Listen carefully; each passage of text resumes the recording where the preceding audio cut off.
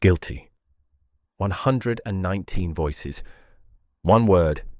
Every lord in England, standing one by one, hand over heart, declaring a woman's life finished.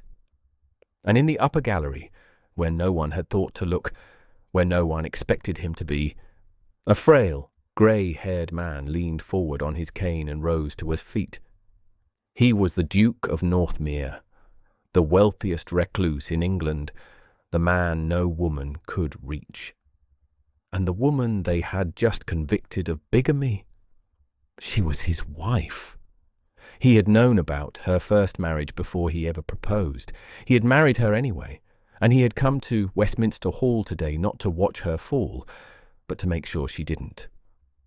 This is their story. Spalpap. How long could you keep a secret? A year? 5 years? What about 25 years? While the most powerful men in England watched your every move, while society scrutinized your gowns, your manners, your smile. What if the secret was not merely embarrassing, but criminal? The kind of secret that could strip you of your name, your fortune, your freedom. Welcome to Aristocratic Hearts. Tonight's story is about exactly that kind of secret, and the two people who kept it together. Before we begin, where are you listening from tonight? Drop your city and your local time in the comments. Whether it's midnight and you're fighting sleep or early morning with your coffee, I want to know. Tonight we travel to Georgian England, the glittering, ruthless world of the 1760s and 1770s, where reputation was currency, marriage was commerce, and one woman dared to rewrite the rules of both. She was beautiful, she was desperate, she was brilliant, and the quiet, reclusive duke who chose her, he was the most dangerous thing of all. He was a man who loved without conditions. Let me take you back to the autumn of 1744, to a candlelit chapel in Hampshire, where a young woman was about to make the first of 2 marriages, and the first of many, many mistakes. The chapel of St. Martin's stood at the edge of the Lainston estate in Hampshire, half hidden by yew trees that had been growing since the time of the Tudors. It was a small chapel, room for perhaps 30 souls, and on the evening of the 4th of August, 1744, it held exactly 5, the Reverend Mr. Amy's, a parish clerk whose name history would not bother to record, a maidservant named Betty, who served as witness, and 2 young people who had no business being married at all. Lisette Devane was 22 years old.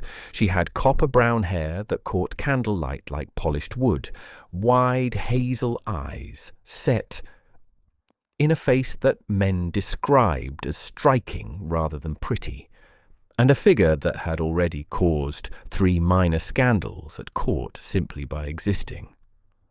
She was the only child of Colonel Francis Devane, who had died when she was 6, leaving her mother with a good name and almost no money. The almost was important. There had been enough to educate Lisette, enough to dress her properly, enough to secure her a position as maid of honour to the Princess of Wales, but not enough to provide a dowry, not enough to make her marriageable in any way that society would recognise. Now, it is important to understand what it meant to be a maid of honour in 1744. This was not a decorative position. It was a strategic one, a placement at the very centre of court life, where a clever young woman could attract the attention of wealthy, titled men. The position came with a small salary, rooms at court, and access to every ball, every dinner, every gathering where matches were made and futures decided. For a girl without a fortune, it was the closest thing to a lifeline that Georgian society offered, and Lisette had used it brilliantly. Within a year of her appointment, she had become one of the most talked about women at court, not because she was the most beautiful. There were women with finer features, more fashionable figures, more conventional prettiness, but Lisette had something that beauty alone could not provide. She had nerve. She spoke to dukes as though they were shopkeepers. She laughed too loudly, danced too freely, wore gowns that made other women clutch their pearls and their husbands' arms in equal measure. And then came the masked ball. It was the spring of 1744, and the Venetian ambassador had organized a grand masquerade at Ranelagh Gardens. All of fashionable London would attend. The rules were simple. You could be anyone. For one night, the mask was both disguise and permission. Most women interpreted this carefully. A gown cut slightly lower than fashion dictated, a smile slightly more inviting. Lisette interpreted it differently. She arrived dressed as Iphigenia, the Greek maiden sacrificed by her father, and her costume consisted of little more than a sheer white drape that left almost nothing to the imagination, secured at one shoulder with a jewelled clasp. The effect was volcanic. Women gasped. Men stared. The Venetian ambassador removed and replaced his spectacles 3 times. The Princess of Wales raised an eyebrow, and then smiled, because the princess understood something that the gasping matrons did not. Lisette Devane was not being reckless. She was being strategic. In a single evening she had made herself the most remembered woman in London. It was audacious, it was outrageous, and it worked. London loved her, London could not look away from her, and Captain Raleigh Voss could not either. He was 24, a naval officer with broad shoulders, sun-darkened skin, and the particular kind of confidence that comes from surviving storms at sea and believing oneself immortal. He was the younger son of a baron, titled enough to attend court, but not wealthy enough to matter there. He had dark eyes, a quick laugh, and absolutely nothing to offer a wife except his uniform and his ambitions. They had met at a card party in April. By May, they were inseparable. By June he had asked her to marry him, and she, against every scrap of sense she possessed, had said yes. The marriage was secret. It had to be. If the court discovered that Lisette had married, she would lose her position as maid of honour, and with it her salary, her rooms, her access to the world that was keeping her alive. Raleigh understood this. He was shipping out to the Mediterranean in September, and the plan involved him returning in a year or 2 with enough prize money to set them up properly. It was a young person's plan, which is to say it was no plan at all. The ceremony lasted 12 minutes. Lisette wore a travelling dress of dark blue. Raleigh wore his uniform. The Reverend Mr. Amys read the words by candlelight, and Betty, the maid, wept quietly in the corner, and when it was done, Captain Voss kissed his wife on the mouth and promised her the world.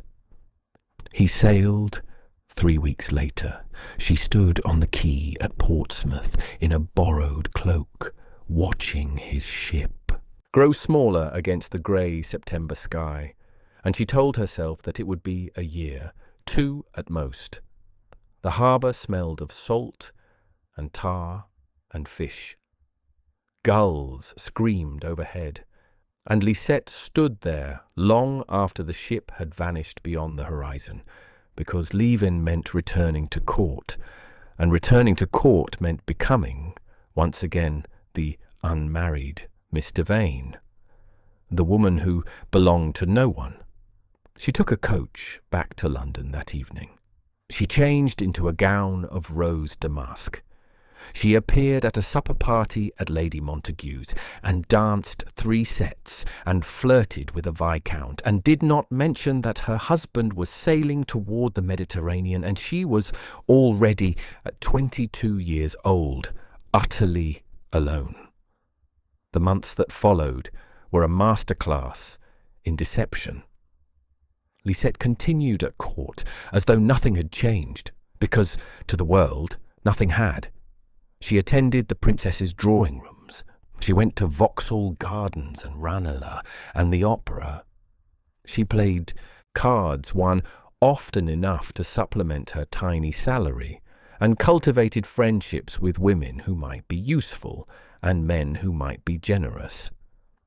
She learned to read a room the way a ship's captain reads the weather, constantly, instinctively, adjusting course before the storm arrived. Raleigh's letters arrived in clusters, 3 or 4 at once after months of silence, carried by whatever ship happened to be heading home. They were cheerful, breezy, full of descriptions of foreign ports and naval engagements. They never mentioned money. They signed off with "Your devoted husband, R.V." in handwriting that grew more confident with each letter, as though the sea were making him bolder, more certain of himself, less certain of his need for her. She read the letters. She burned the letters. She smiled at court and waited. Now, I want to pause here. And to understand what happened next, you need to understand something about marriage in Georgian England that we often overlook. A secret marriage was not merely inconvenient. It was dangerous. Under the law, a woman who married in secret had almost no protections. If her husband denied the marriage, she had no recourse. If he abandoned her, she could not easily prove the union had taken place. And if she attempted to marry again, while her first husband still lived, regardless of circumstances, she was guilty of bigamy.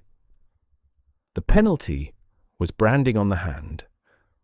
For a woman of Lisette's position, it would mean not just pain, but permanent, visible ruin. Lisette knew all of this when she stood in that chapel.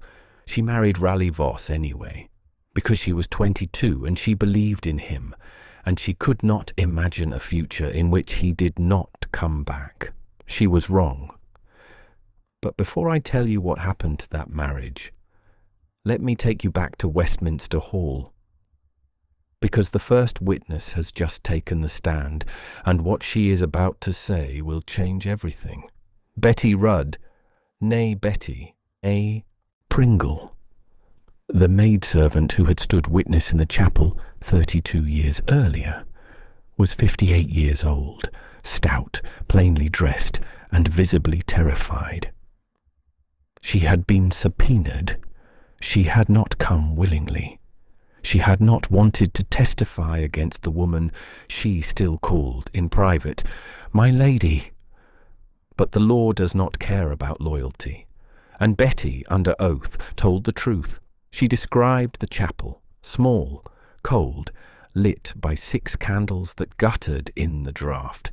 She described the dress, dark blue with pearl buttons down the front, buttons she had helped fasten that evening because Lisette's hands were shaking too badly to manage them herself.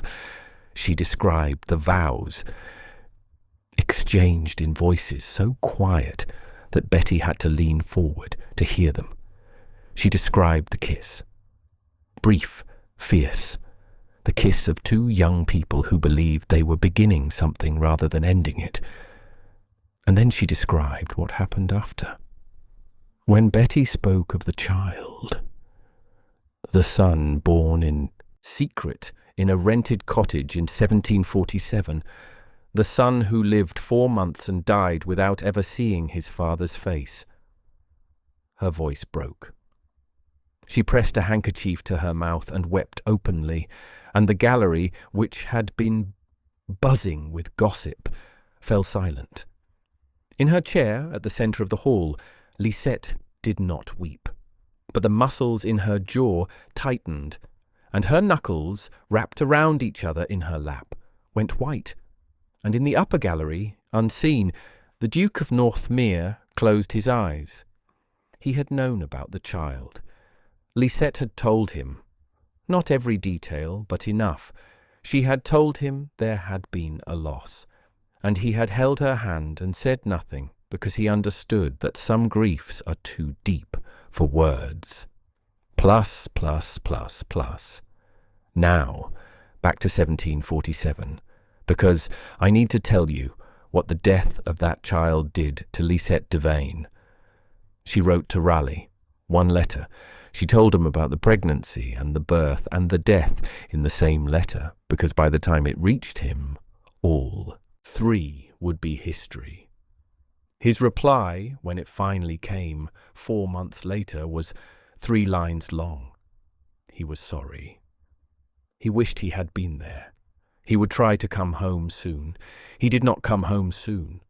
And that, the 3-line letter, the perfunctory grief of a man who had not held his dying child, was the moment Lisette stopped, being Raleigh Voss's wife in every way except the one that mattered, the legal one, the inescapable one. She buried the child in an unmarked grave in the churchyard at Lainston. She returned to court 3 days later. She smiled. She danced. She wore a gown of silver silk and laughed at the Earl of Pembroke's terrible jokes. And no one, not a single soul, in the glittering, watchful, merciless world, knew that she was breaking. After the child's death, something shifted in Lisette. The recklessness hardened into something more deliberate. She stopped waiting for Raleigh. She stopped writing to him. When his letters arrived, sporadic, cheerful, full of naval adventures and no mention of money, she read them once and burned them. By 1749, the marriage was over in every way except the legal one. He was at sea. She was at court. The secret chapel ceremony hung between them like a ghost, real enough to haunt her, too insubstantial to sustain her. The 20 years that followed, 1749 to 1769, were a masterwork of reinvention. Lisette became, by degrees, one of the most powerful women at court, not through title, she had none, not through wealth, she lived on her salary and her winnings at cards. She became powerful through something far more valuable. She became indispensable. She was the woman people told their secrets to. She was the woman who remembered every face, every name, every favour. She was the woman who could arrange an introduction, smooth over a quarrel, place a word in the right ear at the right moment. Kings trusted her. Queens confided in her. Ambassadors sought her counsel. And all of it, every connection, every confidence, every carefully accumulated scrap of social capital, was built on the foundation of a lie. Because the unmarried Miss Devane, the charming, independent Miss Devane, was not unmarried at all. During those 20 years, she watched other women marry. She watched them become wives, mothers, mistresses of great houses. She watched them gain the one thing Georgian society valued above all others: security. And she could not have it. She could not even explain why. She simply smiled and said she preferred her independence, and society called her an eccentric, and she went home to her rooms at court and sat in the dark and wondered what her life would have been if she had never walked into that chapel. Now, I need to tell you something about divorce in this era. In Georgian England, divorce required a private act of Parliament, literally a law passed to end one marriage. The process cost hundreds of pounds and required evidence of adultery. And only the wife's adultery counted as grounds. A husband could have a dozen mistresses, and it would not matter. Between 1670 and 1857, fewer than 300 divorces were granted in all of England. Lisette could not divorce Raleigh. She couldn't annul the marriage. She was trapped by a ceremony that lasted 12 minutes in a candlelit chapel and a piece of paper in a parish register. It was the most elegant prison in England, and she would spend 25 years inside it. But the trial is not waiting for us. Let me take you back to Westminster Hall, because Captain Raleigh Voss has just entered the chamber. Pluspspspspspsp. He was 56 years old. His hair was white, his face weathered by decades of salt air and foreign suns. He had not seen Lisette in over 20 years. He had not, as far as anyone could determine, thought much about her at all. He took the stand. He confirmed the marriage. He described the ceremony, the small chapel, the candlelight, the blue dress. He spoke without malice, but also without tenderness, as though he were describing something that had happened to someone else in another lifetime. Lisette sat in her chair and watched the man she had married at 22. This stranger with his white hair and his captain's uniform and his complete, devastating indifference. And she did not move. And in the upper gallery, the Duke of Northmere watched the man who had married his wife first. And his hands, old, spotted, steady as they had always been, tightened on the handle of his cane until the knuckles turned white. Pluspups. Now, let me take you to 1769, because you need to understand how Lisette Devane met the man who would change everything. Soren Kellaway, the second Duke of Northmere, was not the kind of man who appeared in ballroom fantasies. He was 56 years old in 1769. He had thinning grey hair, kind eyes behind wire-rimmed spectacles, and a manner so quiet that people often forgot he was in the room. Which was remarkable, given that he was one of the wealthiest men in England. Northmere Park, his principal estate in Nottinghamshire, sprawled across 12,000 acres. His income exceeded £35,000 per year. A comfortable gentleman's family lived on 300. Soren Kellaway earned in a single month what most English families would not see in a lifetime, and he had never married. This was the great mystery of London society. He was not ugly, he was not cruel, he was not mad, although society had theories about all three. He was simply, profoundly, stubbornly alone. He had been a beautiful young man. Horace Walpole had called him the finest person in England. But beauty had not made him sociable. He had spent his 20s gambling on the continent, his 30s raising a regiment to fight the Jacobites, and his 40s and 50s retreating deeper into the vast silence of Northmere Park. He was, in short, a man the world had given up on. But in the late 1760s, something changed. His health had suffered. Nothing immediately fatal, but a gradual diminishing that made the great house feel emptier. He began attending events again, not from sociability, but from a creeping dread of dying alone in a house with 200 rooms. And at a dinner at Lord Hervey's townhouse in the spring of 1769, he looked across the table and saw Lisette Devane. She was 47, still striking. The copper or brown hair threaded with silver, the hazel eyes sharper, the boldness of her youth refined into something more formidable. Authority. She was seated between an elderly bishop and a young diplomat, and she was telling a story about the Princess of Wales that had the entire table laughing, not the polite, restrained laughter of society dinners, but real, helpless, gasping laughter that made the candles flicker and the wine tremble in its glasses.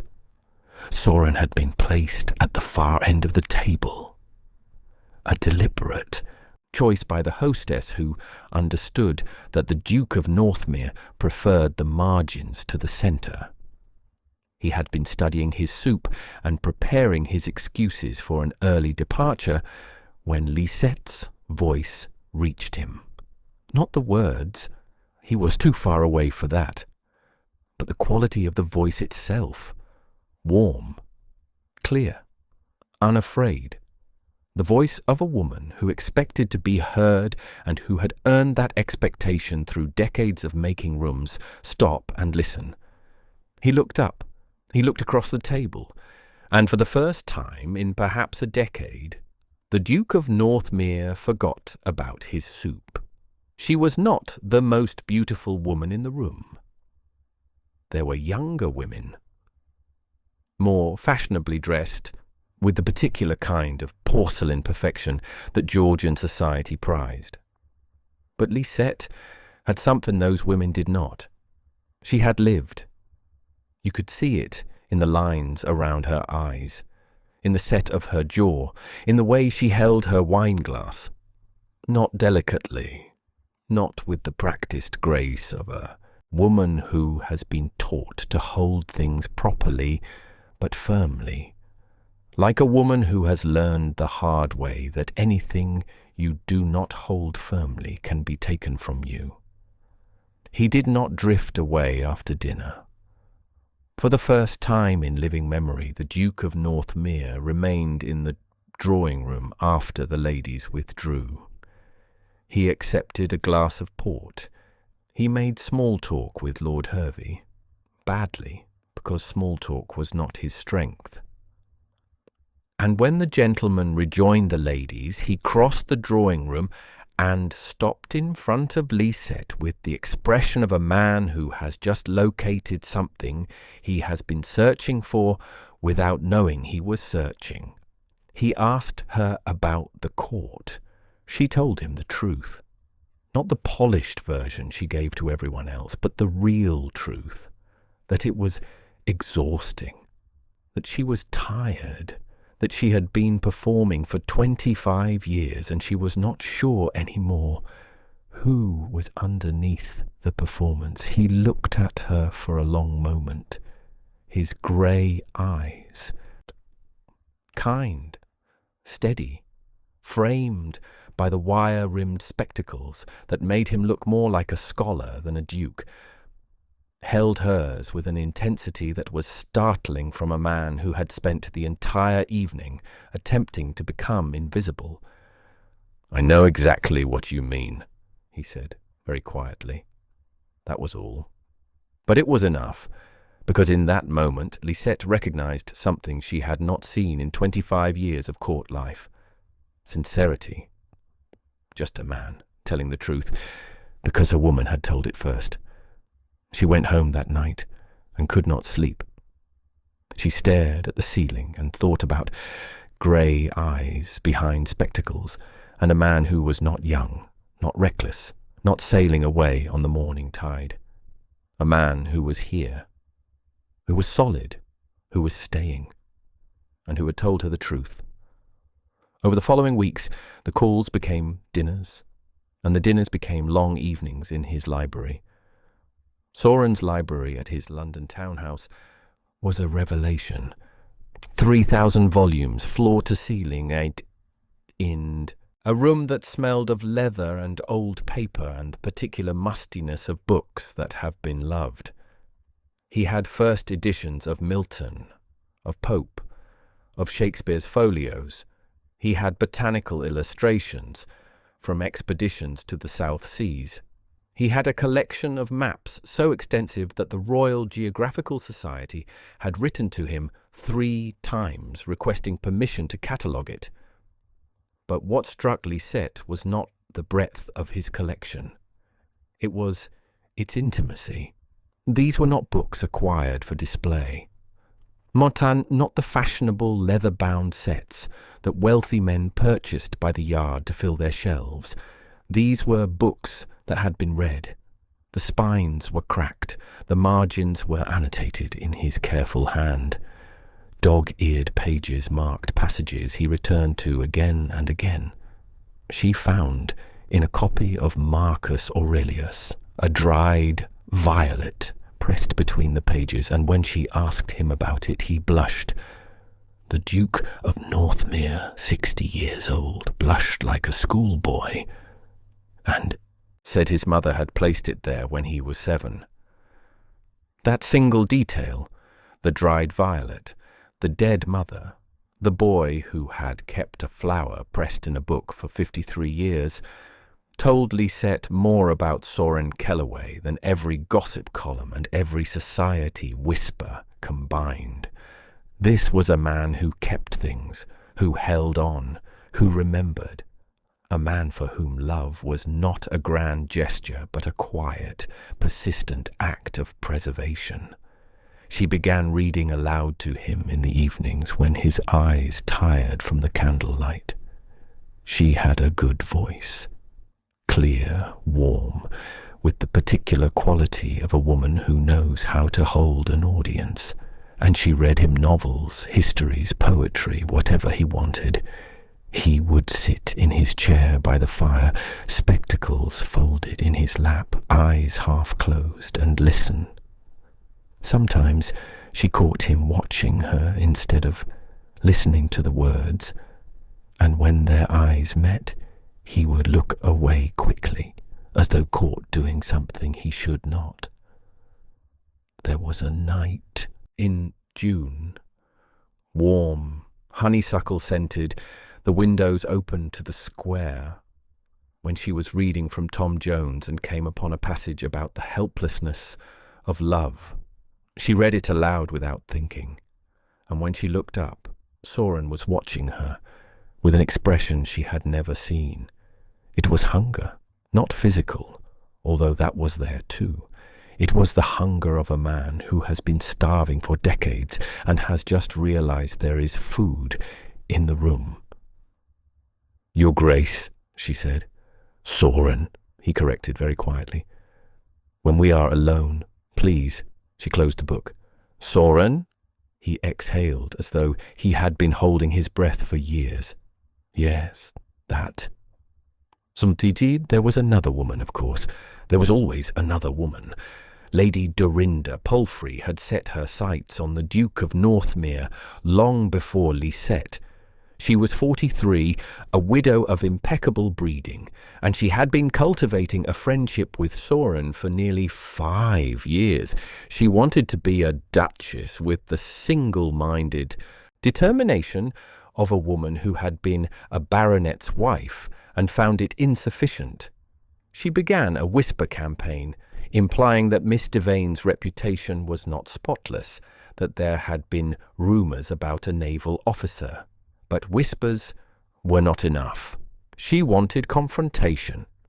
It came at Lady Hervey's summer ball on a warm July evening, when the gardens were lit with lanterns.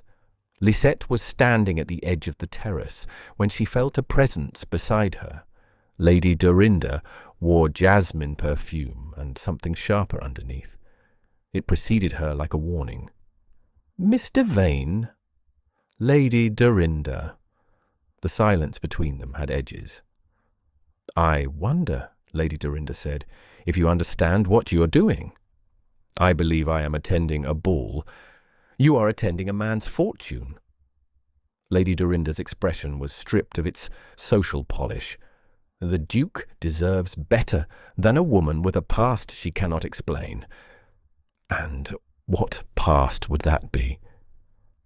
"I have heard things about a chapel in Hampshire, about a young naval officer, about a ceremony that was never annulled.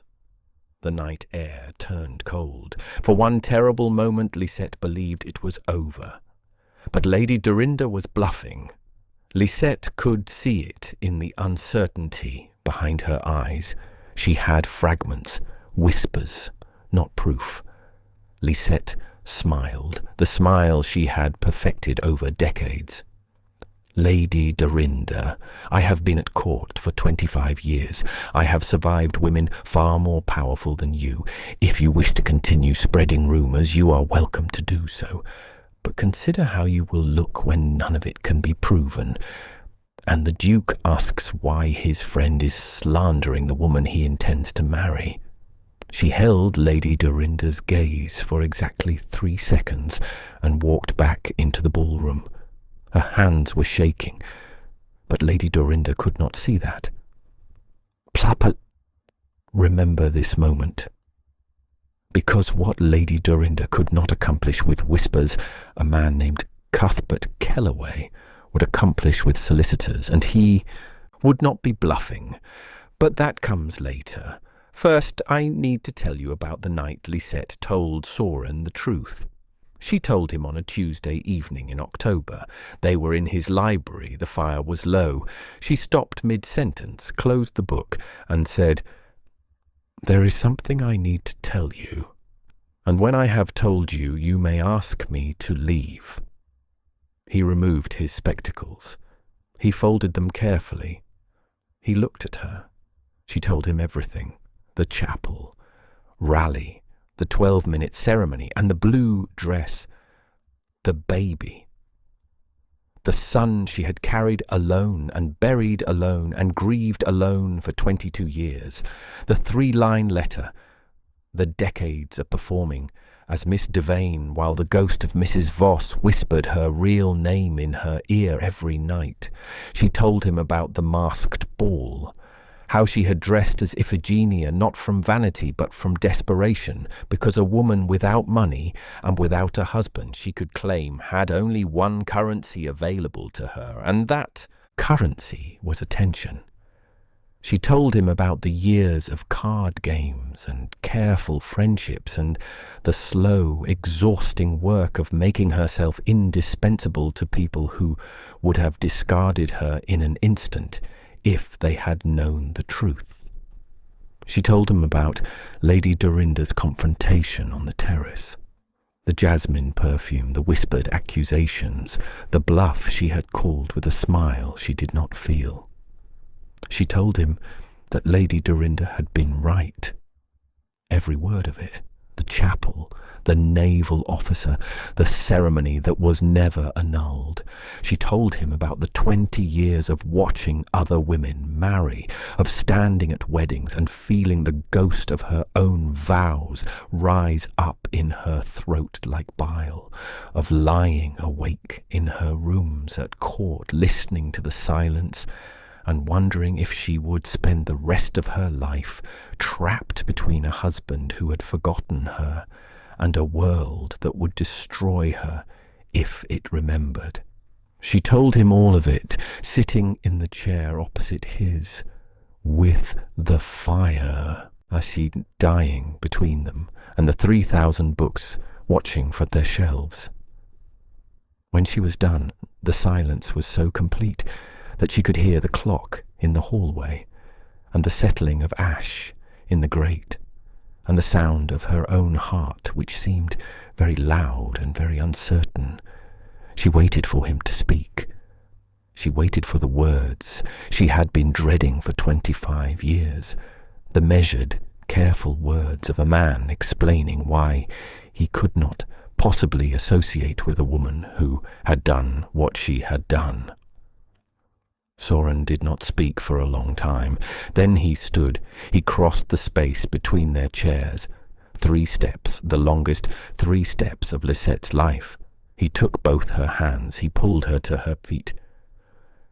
"My dear girl," he said. His voice was steady. His eyes were not. "Do you think I did not know?" The floor shifted beneath her. "What?" "Lady Dorinda's whispers reached me months ago. I had my solicitor, Mr. Finch. make discreet inquiries. He found the parish register at Lainston within a fortnight. The Reverend Mr. Amy's confirmed the ceremony. The naval records confirmed that Captain Voss is alive. She could not breathe. The room tilted. She felt his hands tighten on hers, steadying her, anchoring her to the floor, to the present, to him. "You knew," she whispered. "You knew, and you never said a word. I was waiting for you to tell me yourself. I wanted you to choose to trust me. I did not want to take that choice from you."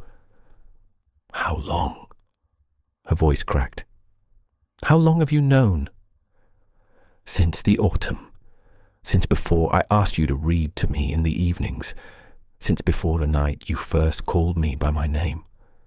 She stared at him.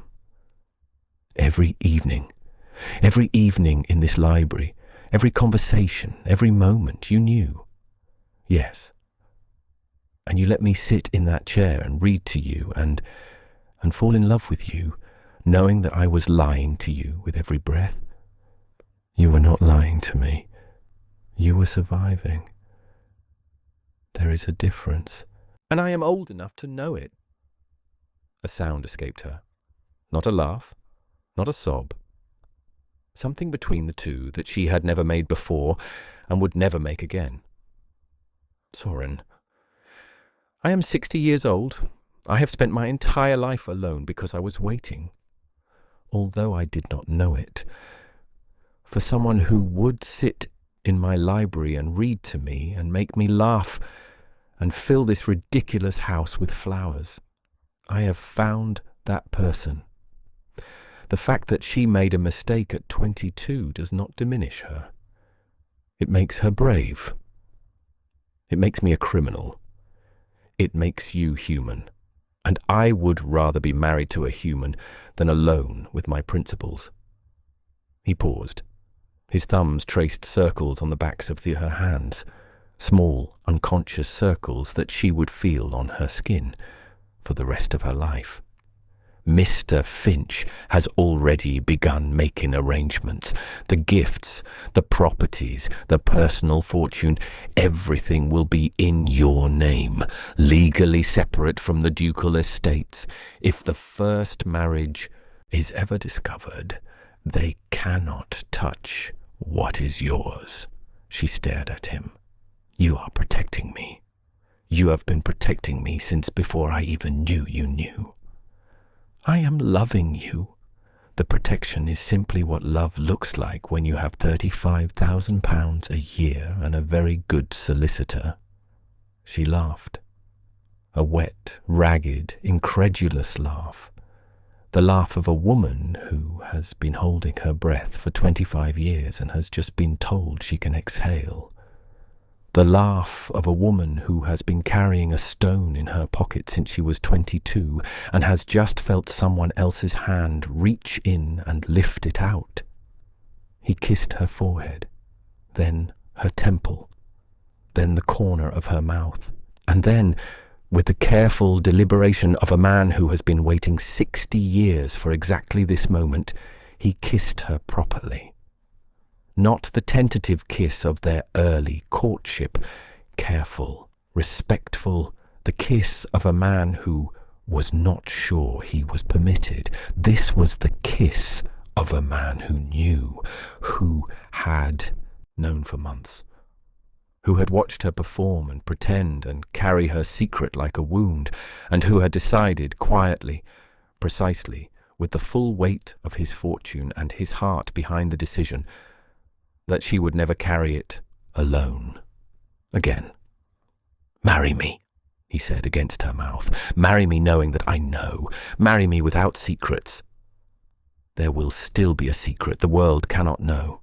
The world can go hang. I know. You know. That is enough." She said yes. Plus, plus, plus, plus.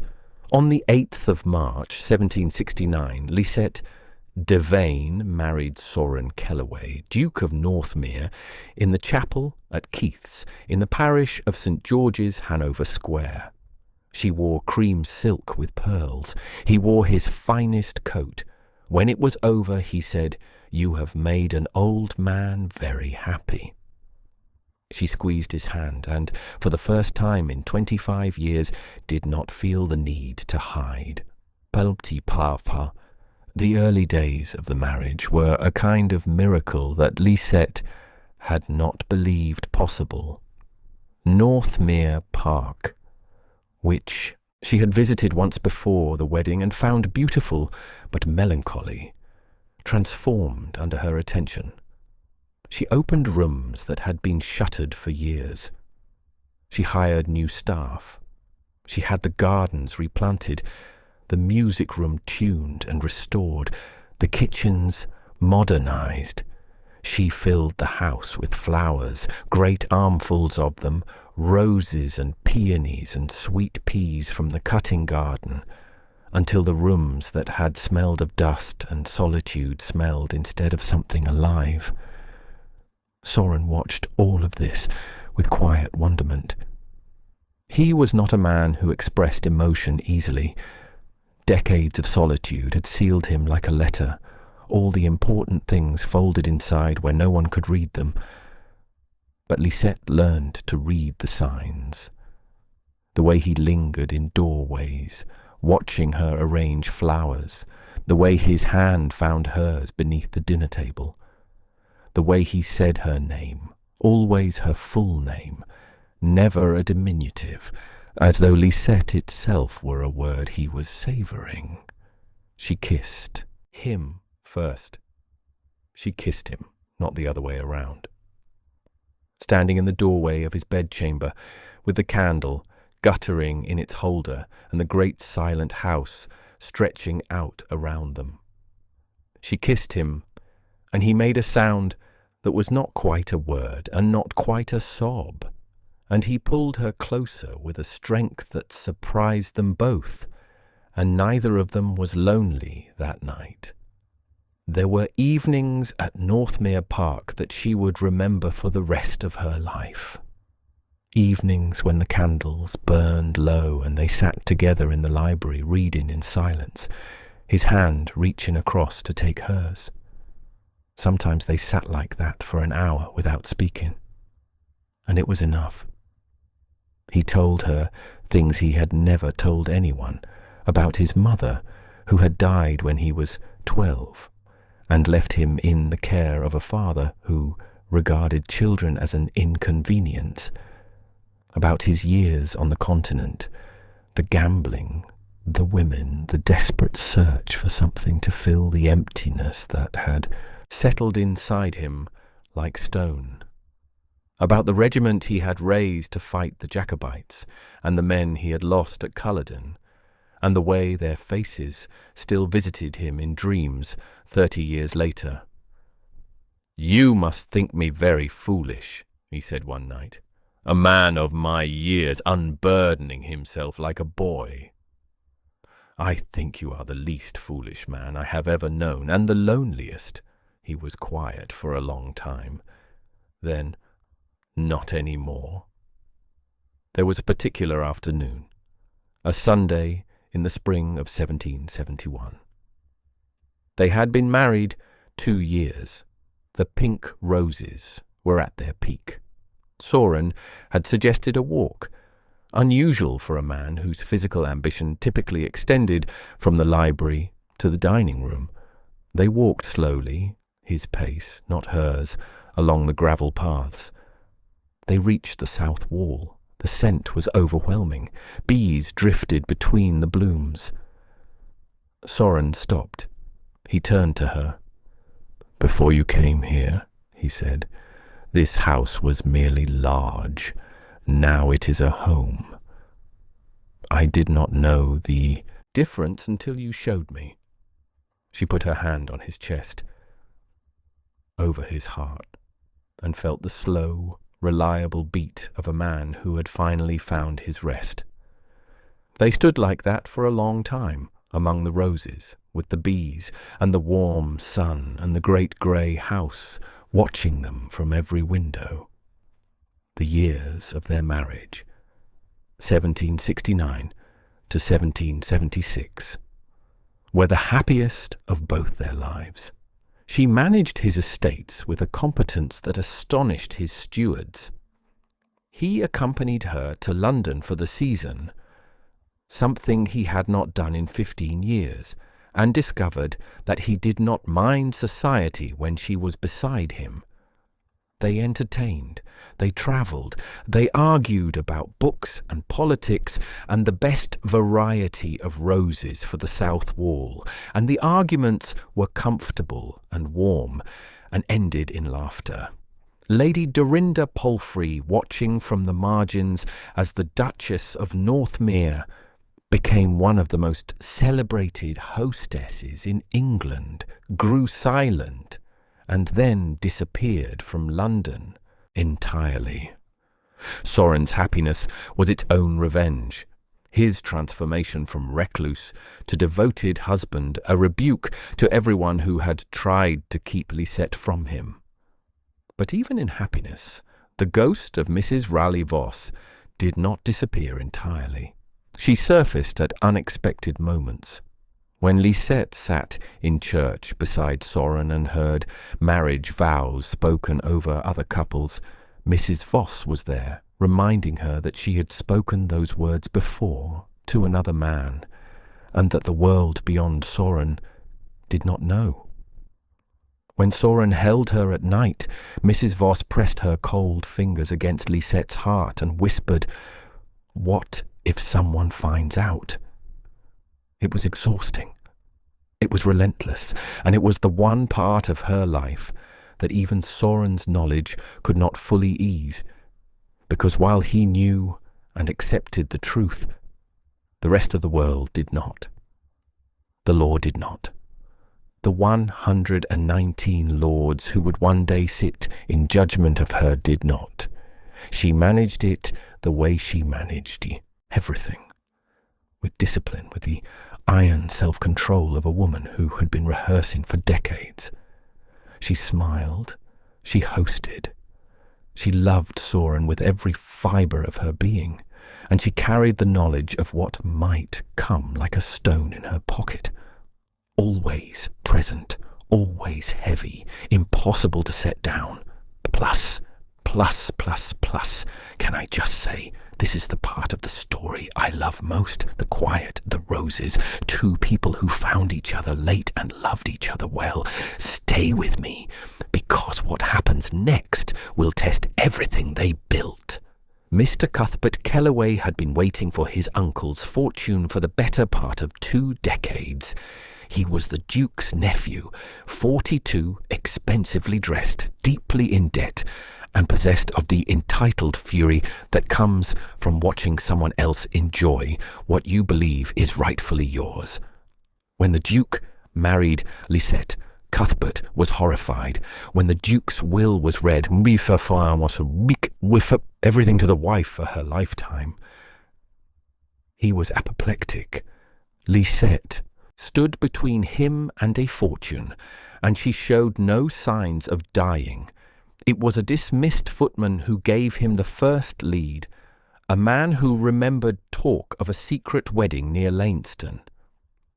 Cuthbert paid him £5 and set his solicitors to work. They tracked down the parish records. They found the Reverend Mr. Amy's. They located Betty. In July of 1775, a grand jury returned a true bill of indictment. Plus, flubs, puff. When the news reached Lisette, delivered by Mr. Finch, who rode to Northmere Park in person because some things cannot be trusted to a letter, she was in the garden. The pink roses were in bloom.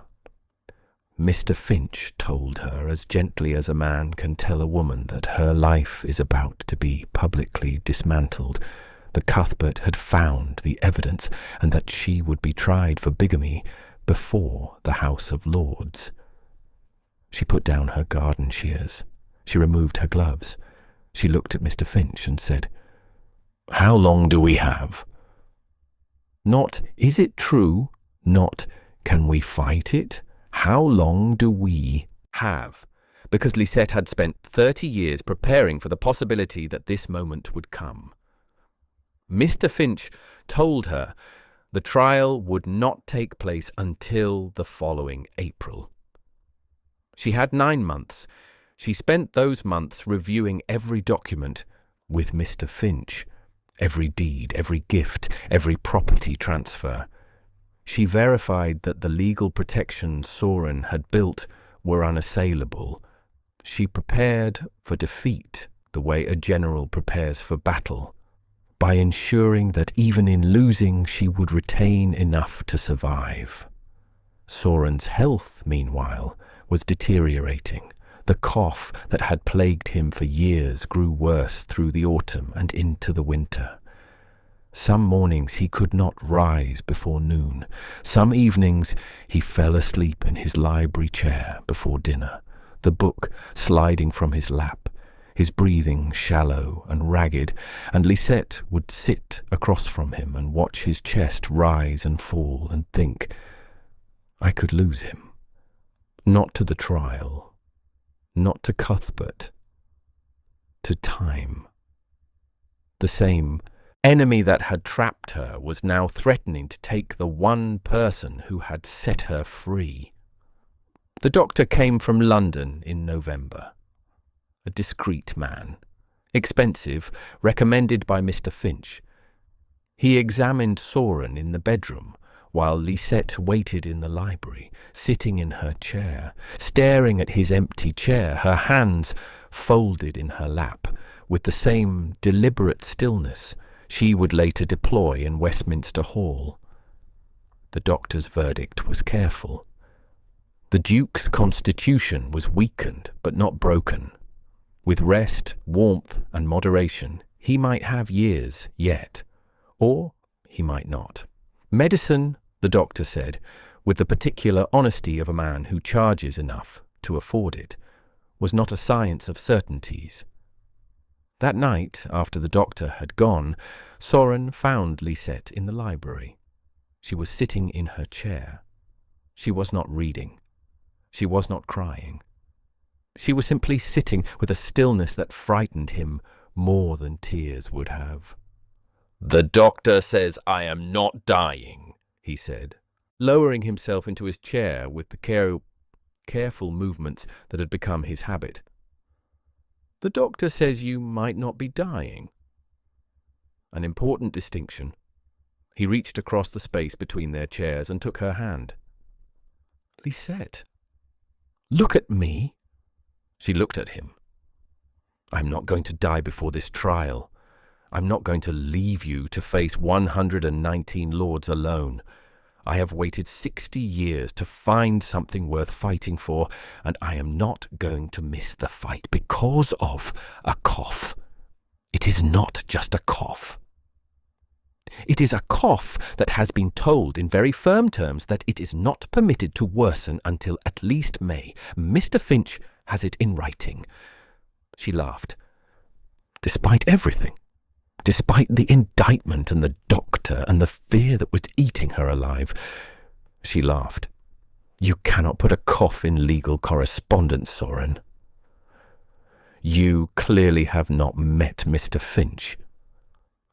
They sat in the library that night, hand in hand, and they did not speak of the trial or the doctor or the future. They spoke of roses, of which varieties to plant in the spring, of whether the south wall needed repointing before the new climbing roses could be trained along it. They spoke of small, practical, living things, things that grew and bloomed and required tending, because those were the things that reminded them both that the future was not only a courtroom and a verdict, it was also a garden and a library and 2 chairs by a fire. And in the evenings, after the solicitors had gone, she sat alone in the library, Soren's chair beside hers, his hand reaching across to take hers as it always did, and she allowed herself to feel what she had not permitted during the day: fear, rage, the knowledge that the happiest years of her life were about to be used as evidence of her crime. Soren did not waver, not once. He sat beside her every evening, and he held her hand, and he said, "We will face this together." And she believed him, because he had never lied to her, not once. Now, I need to pause here and give you the historical context, because what happened next was unlike anything England had seen before. A bigamy trial was not unusual. What made this case extraordinary was the defendant's rank. Lisette was, or claimed to be, a duchess, and a duchess could not be tried in an ordinary court. Under the ancient privileges of the peerage, she was entitled to trial by the House of Lords itself. This meant that 119 peers of the realm would sit in judgment of a woman accused of lying her way into their ranks. The Lord High Steward would preside. The proceedings would be held in Westminster Hall, the same hall where Charles I had been condemned to death. The trial was set for the 15th of April, 1776. All of London talked of nothing else. But Cuthbert was not content to wait for the courts.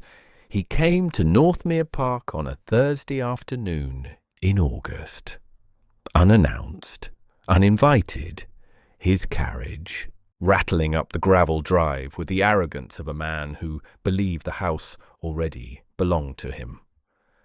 Lisette was in the drawing-room when the butler announced him. Cuthbert entered like a man entering a room he intended to own. He was tall, thin, with his uncle's grey eyes stripped of their kindness. "Madam, I imagine you know why I am here." "I imagine you imagine a great deal, Mr. Kellaway." His smile was thin. "The indictment has been issued. You will be tried before the House of Lords. You will be found guilty. And when you are found guilty, the marriage will be invalidated, and everything that belongs to my uncle, this house, these estates, this fortune, will revert to his rightful heir, which is to say to me." Lisette's pulse hammered in her throat, but her face remained still. 25 years of court life had given her that, at least. "You seem very certain of the outcome." "I have evidence, witnesses, the parish register, your first husband, who is very much alive and very willing to testify." He took a step closer. Too close. Close enough that she could smell the pomade in his hair and the brandy on his breath. "You are a liar, madam, a fraud. You wormed your way into an old man's bed and stole his fortune, and now the whole world will know it." "I would advise you," Lisette said, her voice steady despite the hammering in her chest, "to choose your next words very carefully." Cuthbert laughed. It was not a pleasant sound. "Oh, what? You'll have me thrown out? This will be my house, madam. These will be my servants. Everything you see, every painting on these walls, every stick of furniture, every pane of glass, belongs to the Kellaway family, and you are not a Kellaway. You never were." He reached out and caught her wrist. Not hard. Not the brutal grip of a man intent on violence, but firm enough to make a point, firm enough to feel the bones beneath her skin, firm enough to say, "I can touch you, I can reach you, the law is on my side." She did not flinch, she did not pull away. She looked at his hand on her wrist, and then she looked at his face, and what Cuthbert Kellaway saw in her eyes was not fear, it was pity. "You poor man," she said very quietly. "You have no idea what you have started." Before he could respond, before the confusion on his face could resolve into anger or understanding, a voice spoke from the hallway, quiet, steady, cold as winter stone. Cuthbert, the Duke of Northmere, stood in the doorway. He was 63 years old, frail, leaning on Mr. Finch's arm. His health had been declining for years. Wad the cough that would not leave, the joints that ached in the mornings, the slow diminishing that comes with age. He looked in that moment like an old man who should have been in bed, but his eyes, those grey, kind, steady eyes that Lisette had fallen in love with 6 years ago in a library smelling of old books, were not kind now. They were incandescent with fury, and they were fixed on Cuthbert's hand, which was still wrapped around Lisette's wrist. "Release her," Soren said. Cuthbert dropped her wrist as though it had burned him. "You will address my wife as your grace. You will not enter this house again without invitation. You will not touch her. You will not speak to her. And you will leave now." "Uncle, you don't understand." "I understand perfectly. You are a man who has spent his inheritance before he has received it, who has accumulated debts he cannot pay, and who has decided to fund his failures by destroying a woman's reputation. I understand you, Cuthbert, better than you understand yourself, and I am telling you, not asking, telling. But if you pursue this, you will discover that the difference between winning a legal battle and winning a war is measured in years, in pounds, and in the particular kind of misery that comes from having made an enemy of a man who has nothing left to lose except the woman he loves." He paused. The clock in the hallway ticked. "Now get out of my house." The silence that followed was total. Cuthbert stared at his uncle. His face was white. He opened his mouth to argue, to plead, to threaten, and found nothing there. The man standing in the doorway, frail and old and leaning on a solicitor's arm, was not the gentle recluse Cuthbert remembered. This was the man who had raised a regiment, who had ridden to Culloden, who had survived 60 years of solitude and emerged with a clarity of purpose that Cuthbert, with all his scheming and all his solicitors, could not begin to match. Cuthbert left. The sound of his boots on the marble floor echoed through the hallway. The front door opened, the front door closed, the carriage wheels crunched on the gravel, and then silence. Soren stood in the doorway for a long moment, his hand white-knuckled on his cane, his breathing laboured. Mr. Finch hovered at his elbow. Then Soren crossed the room, slowly, painfully, and took Lisette's hands. "Let me see your wrist," he said. She showed him. There was a red mark where Cuthbert's fingers had pressed, not a bruise, not yet, but the promise of one. Soren looked at the mark. His jaw tightened. Something moved behind his eyes that was older and more dangerous than anger. The cold fury of a man who has spent 6 decades learning restraint and has just discovered what it takes to break it. "Mr. Finch," he said, without looking away from her wrist, "Your Grace. Document this. Physical intimidation, uninvited entry, the mark on her wrist. I want it in the file." "Yes, Your Grace." He turned back to Lisette. The fury drained from his face, replaced by the quiet, steady tenderness that had made her fall in love with him. "We knew this might come," he said. "Yes. Mr. Finch has prepared everything. Whatever they take from you in that courtroom, they cannot touch what is already yours." She looked at him. This quiet, stubborn, magnificent man. "Why?" she whispered. He smiled, the smile that had undone her 6 years ago in a library smelling of old books. "Because I would rather fight for you than live without you. Plea plus plays plus." The trial was set for April. In a house in Nottinghamshire, an old duke and his wife sat in their library and prepared for war. The morning of the 15th of April, 1776, came grey and cold. Rain streaked the windows of the London townhouse where Lisette and Soren had taken residence for the trial.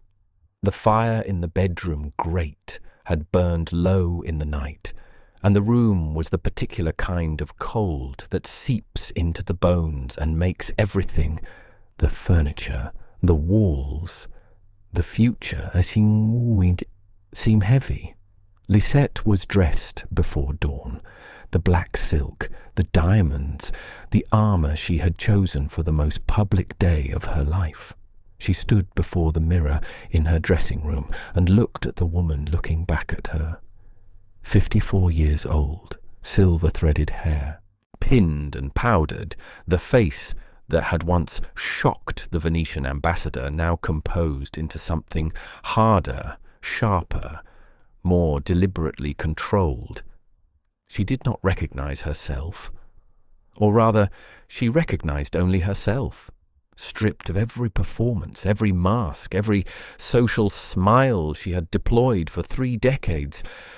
What remained was a woman who was terrified and refused to show it. Soren found her there. He came in slowly. Mornings were difficult for him now, the joint stiff, the cough that settled in his chest, overnight taking longer to clear, and he stood behind her in the mirror. "You look," he said, studying her reflection, "like a woman about to go to war." "I'm a woman about to go to war?" "Yes." He placed his hands on her shoulders. In the mirror, his face was grave. "I want to tell you something, and I want you to remember it today. When the lords are staring and the witnesses are speaking and the gallery is whispering, I want you to remember this." "What?" "I married you on a Tuesday, in the chapel at Keith's. You wore cream silk and pearls.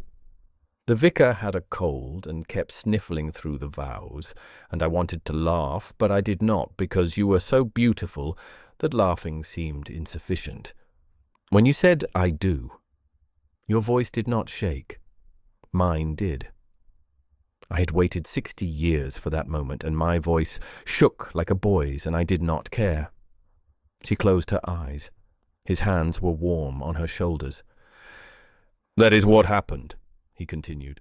"That is what is real. Whatever they say in that courtroom today, whatever words the prosecution uses, whatever the lords decide, whatever the newspapers print tomorrow, that is what happened.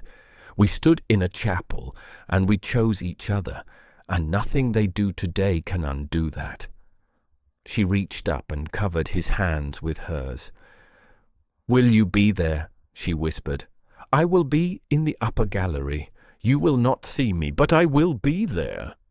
And when it is over, however it ends, I will be waiting at the door." She turned from the mirror. She looked at him, not his reflection, but him. This old, frail, stubborn, magnificent man who had known her worst secret since before he married her and had spent every day since building a fortress around her heart. She kissed him, gently, because his health was fragile, firmly because her love was not. "Thank you," she said, "for choosing me." "My darling girl," he said, "I never had a choice. The moment you walked into that dinner party and made the entire table laugh, I was finished. There was never going to be anyone else."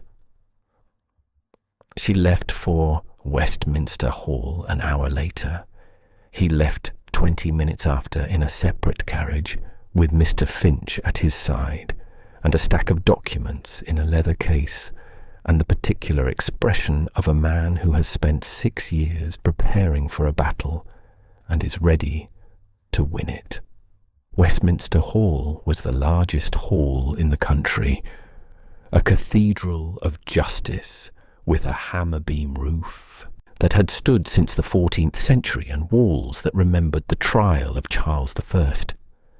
tiered galleries rose on every side, packed with spectators who had paid enormous sums for seats. Ladies wore their finest silks, gentlemen jostled for position.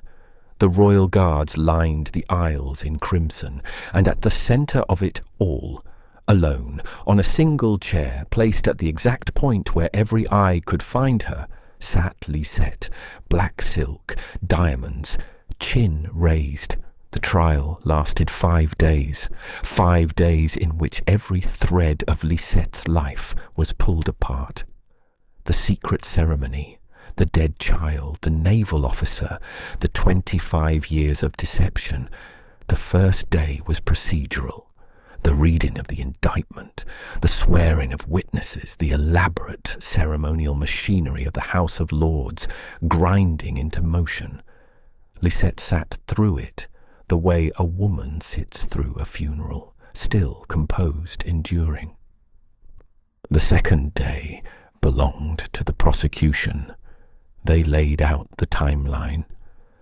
The secret ceremony in 1744, the separation, the years of deception, the second marriage in 1769. They produced the parish register from Lainston. They produced the Reverend Mr. Amys, now in his 80s, who confirmed the ceremony. They spoke of Lisette as though she were not sitting 10 feet away, as though she were a case study, not a woman with blood in her veins. The third day was Betty's, and we have already heard her testimony, the weeping, the pearl buttons, the child. The fourth day brought Raleigh, and we have already seen his devastating indifference. Now I want you to think about what that hall must have felt like. Not from the gallery, not from the Lords' benches, but from that single chair in the centre. 119 men, every one of them titled, wealthy, powerful, every one of them looking down at her. And she, a woman who had been born to nothing, who had buried a child alone, who had kept a secret for a quarter of a century, who had loved a duke and been loved by him and was now being punished for it. She sat there and she did not break. I think about the women in our audience who have kept secrets, who have made choices that the world would judge harshly if it knew, who have survived by being smarter, tougher, more resourceful than anyone gave them credit for. This story is for you. The fifth day, the 22nd of April. The Lord High Steward rose. The question was put to the Lords. One by one each Lord stood. One by one each placed his hand over his heart. Guilty, upon my honour, every single one, all 119. The hall erupted. In her chair Lisette sat perfectly still. Under the statute of James I, the punishment was branding. An iron letter B pressed into the convicted person's palm. But Lisette's counsel invoked the privilege of peerage. The Lord High Steward granted the exemption. No branding, no iron. Cuthbert Kellaway, seated in the front row, allowed himself a smile. The conviction would invalidate the marriage. The estates would revert to him. And then Mr. Finch stood. Plus, plus, plus, plus. Now, keep listening, because this is the moment. Plus, plus, plus, plus. Mr. Finch was 60 years old, thin as a knife, with the calm of a man who has spent his entire career preparing for exactly one moment. He addressed the Lord High Steward. He presented documents, not one or two, but a stack of legal instruments so thick that it took the clerk 3 minutes to carry them to the bench. Deeds of gift, property transfers, investment portfolios, bank records. Every gift the Duke had given his wife, the jewels, the yacht, the properties, the cash, documented, witnessed, and legally irrevocable. The estates would revert to Cuthbert. Yes, the title was gone. Yes, but the personal fortune, a fortune within a fortune carefully separated from the entailed estates by years of meticulous legal work, was Lisette's, permanently, beyond challenge. Cuthbert's smile vanished. The blood drained from his face. He turned to his own solicitors, and the looks they exchanged told him everything. They had not known, they had not anticipated this. They had been outmanoeuvred, not in the courtroom, but in the years before the courtroom, by a quiet old duke with a very good solicitor. But Mr. Finch was not finished. He presented one final document, a sworn statement from the Duke of Northmere himself, submitted to the court that morning, declaring that he had been aware of his wife's first marriage before he proposed, that he had married her with full knowledge and without deception, that the legal arrangements protecting her fortune had been made deliberately, with the specific intention of ensuring that if the truth were ever discovered, she would retain the means to live with independence and dignity. The statement continued that the Duke considered his wife to be the finest person he had ever known, that her character far exceeded that of the nephew who had orchestrated this prosecution, and that if the House of Lords wished to punish someone for the events that led to this trial, they might consider the man who had spent 2 years and a small fortune attempting to steal an old man's wife from him. The hall went silent. 119 lords stared. The gallery held its breath. Several of the journalists stopped writing, their pens suspended above their notebooks, because they understood that they were witnessing something that would be discussed in coffee houses and drawing rooms for decades. And then, from the upper gallery, where no one had thought to look for him, the Duke of Northmere rose to his feet. He was 63. He leaned on a cane. His hair was white. His coat hung loosely on shoulders that had once commanded a regiment. He did not speak. Speaking from the gallery during a parliamentary proceeding was not permitted, and Soren Kellaway had always been a man who followed rules. All rules, except the one that said he should not have married Lisette Devane. He did not speak, but he looked at her. Across the vast hall, across the rows of lords and the tiered galleries and the centuries of English law, he looked at his wife, and she looked back. Every person in Westminster Hall understood what they were seeing. This was not a man who had been deceived. This was not a victim standing in silent accusation. This was a man who had walked into the most important room in England, frail and old and leaning on a cane, to stand where his wife could see him, to be visible, to say without words in front of every lord and every journalist and every spectator in that ancient hall, "She is mine.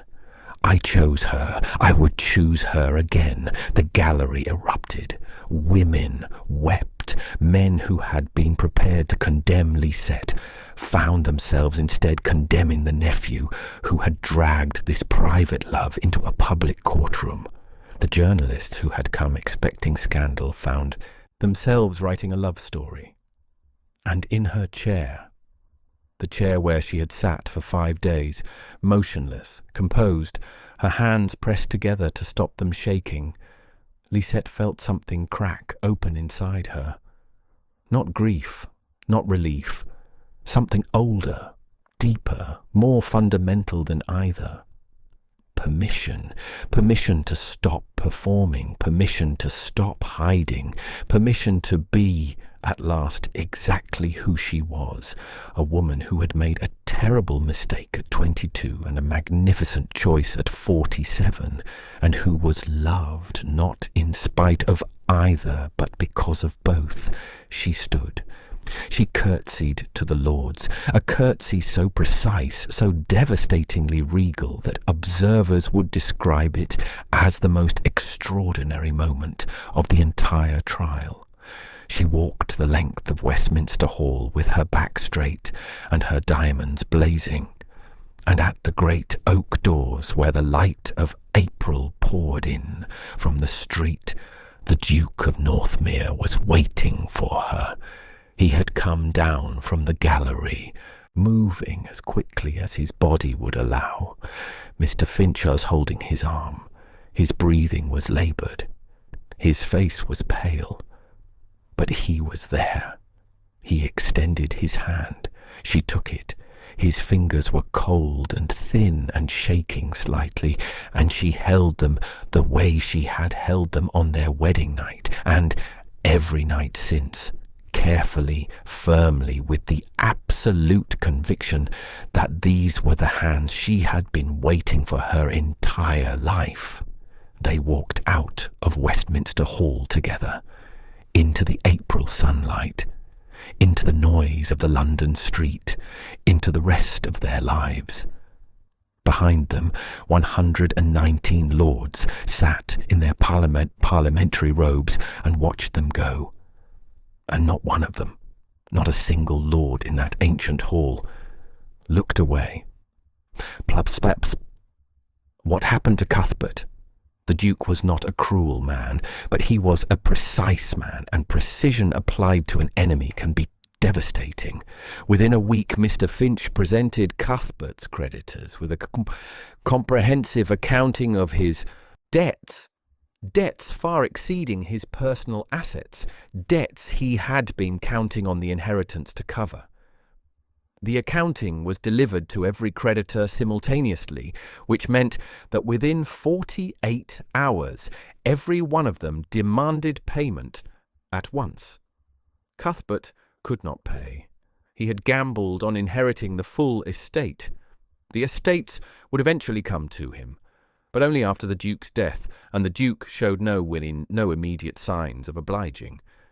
He sold his London house, then his horses, then his wife's jewellery. Within a year he had retreated to a small rented house in the country, writing desperate letters to Mr. Finch requesting advances against his future inheritance. Mr. Finch returned the letters, unopened, with the elegant regularity of a clock striking the hour. The man who had hired investigators and bribed witnesses and orchestrated the most sensational trial of the century ended his days in a house with 6 rooms, eating cold suppers and staring at the wall, where a painting of Northmere Park had once hung before he was forced to sell it. The Duke did not gloat. He did not mention Cuthbert's name. He simply went home to Northmere Park with his wife and his roses and his library, and he lived. And now I want to tell you about the letters, not letters from Sorin to Lisette, although those existed too, careful and tender, and full of the quiet declarations that were the only language his heart spoke fluently. But letters from Lisette to Sorin, letters she wrote during the 9 months before the trial, when the fear was at its worst, when the ghost of Mrs. Voss was screaming instead of whispering, when the future was a black wall she could not see past. She wrote them at night, after Sorin had gone to bed. She sat in the library, their library, and she wrote to him, as though he were not sleeping 1 floor above her. She wrote about the chapel, and Raleigh, and the baby, and the 25 years of performing. She wrote about the night she told him the truth and the look on his face. Not anger, not disgust, but recognition, as though he had always known and had been waiting for her to say it aloud. She wrote about the roses and the dried violet in the Marcus Aurelius, and the way he said her name. She wrote 17 letters. She sealed each one. She kept them in a small wooden box, cedar lined with green baize, fitted with a brass lock, on the table beside her bed. She had intended to give them to him if the worst happened, if the trial destroyed her, if the law took everything and she had to flee. The letters were her way of saying, "This is who I was. This is what you meant to me. Remember me as I was in our library, not as I was in Westminster Hall." She never had to give them to him, because the worst did happen, and he was there anyway, standing at the doors of Westminster Hall with his hand extended and his heart in his eyes. But she kept the letters. And sometimes, on quiet evenings, in the library, she would take them out of the cedar box and read them to him aloud. Not because he needed to hear them, but because she needed to say them, needed to hear her own voice, speaking the truths she has been afraid to say for 30 years. He would sit in his chair and listen, the way he had listened to her read Tom Jones and Fielding and poetry, with his spectacles folded in his lap and his eyes on her face. And when she finished, he would reach across the space between their chairs and take her hand, and they would sit like that in the library, in the house that was now a home, and neither of them would speak. They did not need to. They had said everything that mattered, plus. They returned to Northmere Park in May, when the gardens were in full bloom. The pink roses along the south wall were at their peak. The journey from London took 3 days by carriage. They travelled slowly. Soren's health demanded it, stopping at coaching inns where the landlords recognised the Duke and did not recognise the scandal, because news travelled slowly outside London and the newspapers had not yet reached Nottinghamshire. In those inns, for those 3 days, they were simply an elderly gentleman and his wife, travelling home. No lords, no galleries, no verdicts, just the road and the rain and the sound of horses and each other. Lisette read to him in the carriage. She read him Marcus Aurelius, his favourite, from the same copy with the dried violet between pages 114 and 115. She read him the passage about the impermanence of reputation and the permanence of character, and she read it differently now than she had read it in his library before the trial. Before, it had been philosophy. Now it was autobiography. When they arrived at Northmere Park, when the carriage turned up the long drive and the house appeared through the trees, grey and vast and solid and unchanged, Lisette wept, not from grief, not from exhaustion, from recognition. This was home. Despite everything, despite the trial, despite the conviction, despite the 119 lords and the newspapers and Lady Dorinda and Cuthbert and the 30 years of lying, this was home. This quiet, enormous, ridiculous house with its 200 rooms and its 3,000 books and its roses along the south wall. This was the place where she had stopped performing, where she had been seen, where she had been chosen.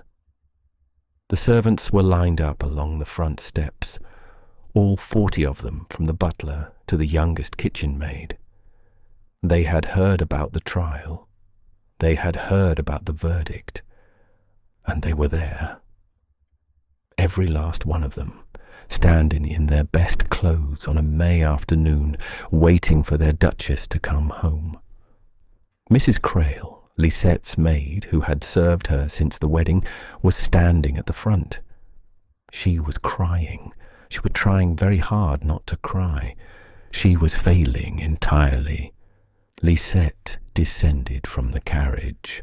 She looked at her household. These people who depended on her, who had watched her fill this house with life, who had served her without question and without judgment through the worst months of her existence. And she said, "I believe tea would be very welcome."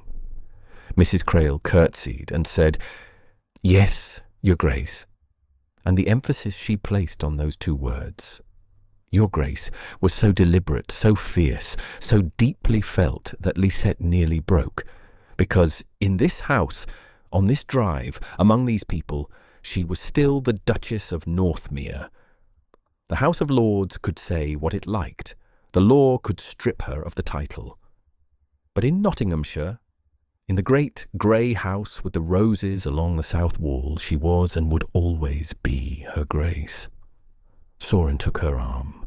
They walked up the steps together, slowly because he was tired, together because they always would be. Plus, that evening, the first evening back at Northmere Park, Lisette walked alone to the south wall. The roses were extraordinary. 3 years of careful tending had produced a display that would have been the envy of any garden in England. Blooms of pink and cream and deep arterial red cascading along the old stone wall in a riot of colour and scent. Bees hummed between the flowers. The evening light was golden. The air smelled of everything alive. She stood where she and Sorin had stood 2 years earlier, the Sunday afternoon when he had told her that she had turned a house into a home. She stood in exactly that spot, and she looked at the roses and she thought about time. Time had been her enemy for 30 years. Time was the space in which secrets grew dangerous, in which lies compounded, in which the ghost of Mrs. Voss accumulated power and weight. Every year that passed without discovery had been a year closer to discovery. She had known this, had felt it, the way you feel a storm approaching long before the first drop of rain. But time was also what had given her Sorin.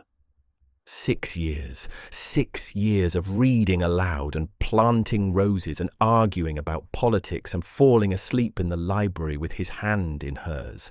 6 years of being known, truly, completely, without pretense, and being loved anyway. Time had trapped her, and time had freed her, and time had given her the only thing she had ever truly wanted. Someone who saw the real Lisette Devane and did not look away. She heard footsteps on the gravel behind her, slow, uneven, the tap of a cane. Sorin reached her. He stood beside her. He looked at the roses. "They are doing well," he said. "Yes. The pink ones especially." "Yes." A pause. The bees hummed. The golden light held. "Lisette." "Yes." "It's over." She looked at him. His grey eyes were calm. His face was lined with age and fatigue and the particular kind of peace that comes from having fought a battle and won it. Not cleanly, not without cost, but won. "It's over," he said again. "The secret is out. The trial is done. Cuthbert is finished. The fortune is secure. And we are here, in our garden, among our roses." He reached out and took her hand, the same hand that had trembled beneath black silk in Westminster Hall, the same hand that had been steady when she needed it to be, and shaking when she could not stop it. He took that hand, and he held it, and he said, "We are home." She leaned against him, carefully, because he was fragile, firmly, because her love was not. "I have spent 30 years being afraid," she said, "and I am very tired of it." "Then stop." She looked at him. "Just like that?" "Just like that. You are the Duchess of Northmere. The House of Lords may disagree, but I do not, and this is my house, and my opinion is the one that matters here." She laughed. Not the performance laugh she had perfected at court, but the real laugh. The laugh of a woman who has been handed back her own life, and cannot quite believe it. He pulled her close. She rested her head against his shoulder. They stood among the roses, the bees humming around them, the great grey house watching from every window, and she felt something she had not felt since she was 22 years old. She felt free. Not because the trial was over, not because the fortune was secure, but because the secret was gone. The ghost of Mrs. Raleigh Voss, the spectre that had haunted her for 30 years, had been exorcised, not by confession to a priest, but by confession to a courtroom. The worst had happened. Every lord in England knew, and she was still standing, and the man she loved was standing beside her, among the pink roses in the golden light. Without secrets, the roses bloomed around them. The bees continued their work, and neither of them was afraid. And that is the story of the woman who secretly married a naval officer and then wed the Duke no woman could reach, while her first husband still lived. I know some of you are asking, was she wrong? She broke the law. She committed bigamy. But here is what I keep coming back to. The law that convicted her was the same law that trapped her. She could not divorce Raleigh Voss. She could not annul the marriage. She could not earn her own living. The system offered her no exit. And when love arrived, late, unexpected, in the form of a quiet duke who said, "I know exactly what you mean," she had to choose between the law and her life. She chose her life, and the duke chose her. Eyes open, secrets known, love undiminished.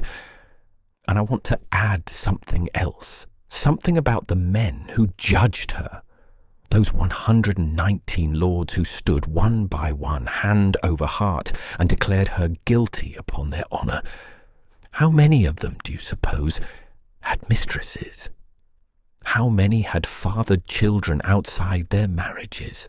How many had debts they concealed from their wives, or secrets they buried in the foundations of their great houses?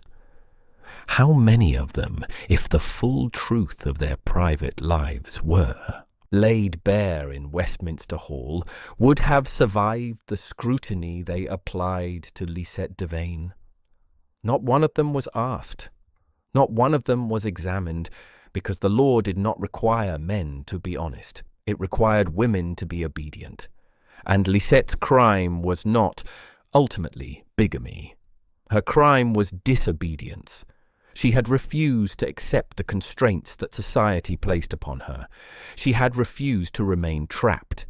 She had refused to be quiet and grateful and invisible and broken, and for that 119 men declared her guilty, and for that one old man stood up in the gallery and declared her loved. Pluff, pluff, pluff. Now, before we reach the end, I owe you something. I owe you the truth behind this story. Lisette Devane is not her real name. I changed it, the way I always do, to protect the shape of the story and let you experience it fresh. But the woman at the centre of this story was real. Her name was Elizabeth Chudleigh, and she was one of the most extraordinary women of the 18th century. The real Elizabeth Chudleigh did secretly marry a naval officer, Augustus Hervey, later the 3rd Earl of Bristol, in a candlelit chapel in 1744. She did serve as maid of honour to the Princess of Wales. She did appear at a masked ball in a costume so daring that it scandalised all of London. She did lose a child in secret.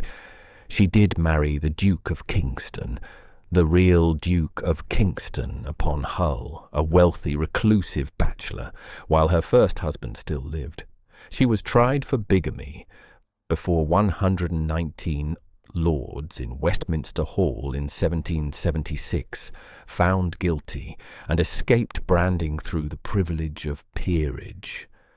The parts I changed, The parts that make this an aristocratic heart story rather than a history lesson are the love story.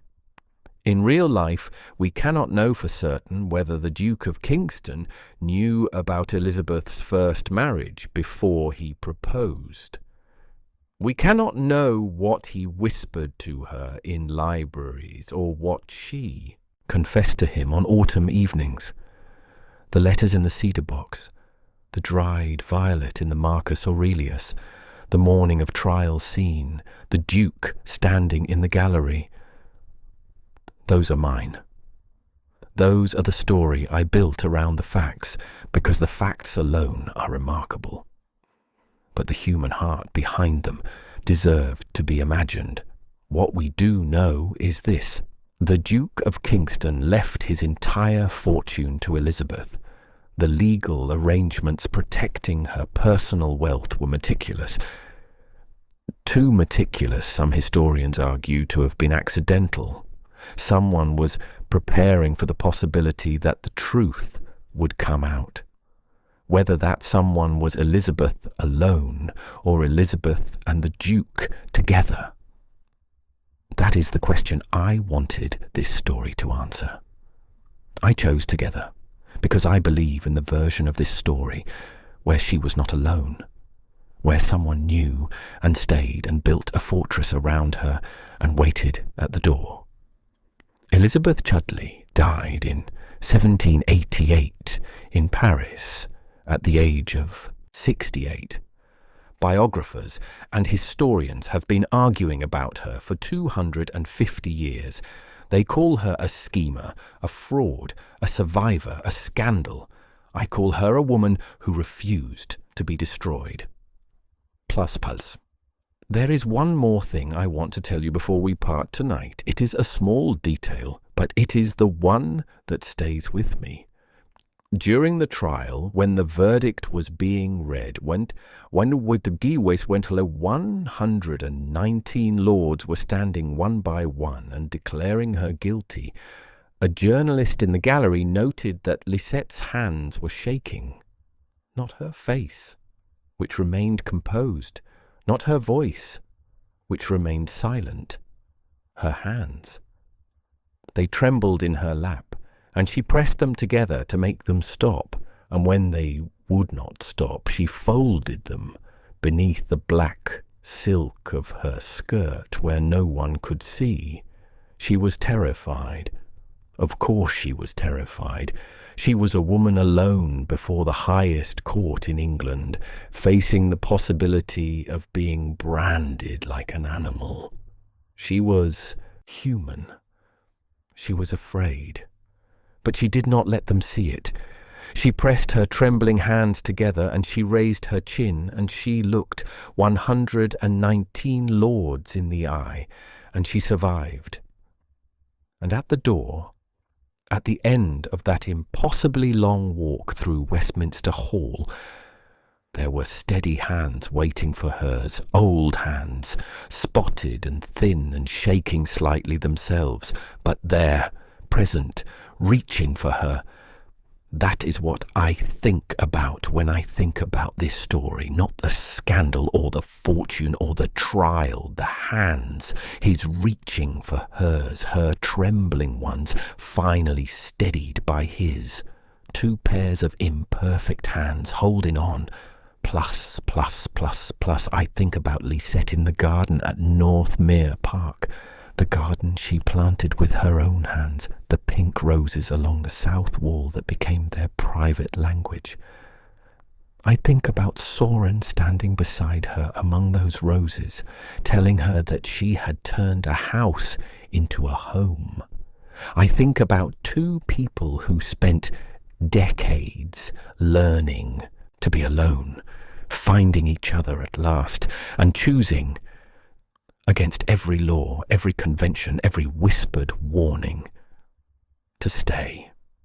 I think about the cedar box with the 17 letters, the dried violet in the Marcus Aurelius, the cream silk wedding dress, the blue travelling dress before it, The 12 minutes in a candlelit chapel that started everything, and the 5 days in Westminster Hall that ended everything, and the lifetime of roses in between. And I think this is what love looks like when the world says no. Not grand, not easy, not perfect, but stubborn, patient, precise. The kind of love that hires a solicitor and builds a fortress and stands up in a gallery when standing costs you everything. The kind of love that waits at the door.